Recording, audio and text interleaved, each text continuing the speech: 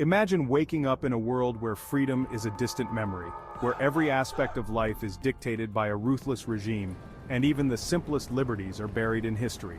This isn't just a dystopian fantasy. Hitler had horrifying, meticulously crafted plans to make this nightmare a reality. How close did we come to living in this world? Stay with us as we uncover the terrifying vision of a Nazi-dominated world that, thankfully, never came to be. Adolf Hitler dreamed of a 1,000-year Reich, a German empire that would rule for a millennium, reshaping society under his ideology.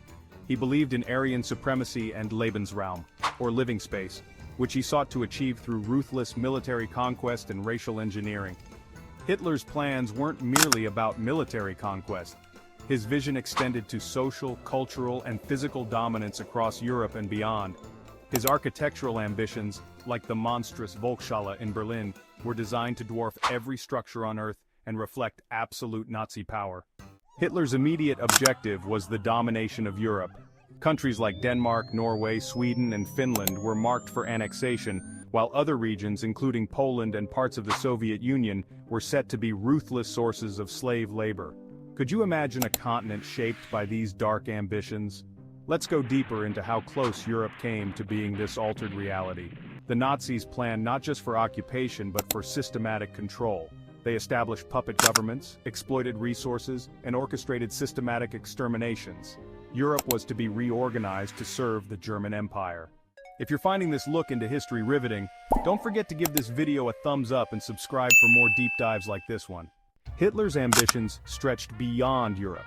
His vision included reclaiming German colonies in Africa, establishing pro-Nazi regimes in South America, and even planning to challenge the United States for global dominance. The Nazis saw themselves as the future rulers of the world, driven by a belief that their ideology was superior.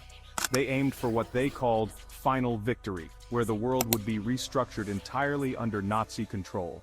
To ensure obedience, the Nazis planned a complete re-engineering of society. They aimed to eradicate entire groups, abolish Christianity, and create a new order based on their warped beliefs. Architectural symbols like the enormous Volkshalle were designed to reflect the unstoppable power of the Reich. Can you imagine a world completely reshaped by such distorted ideals? Let's see how the Nazis planned to transform society at every level. The Nazis were not just interested in ruling politically or militarily, they sought to control every aspect of life.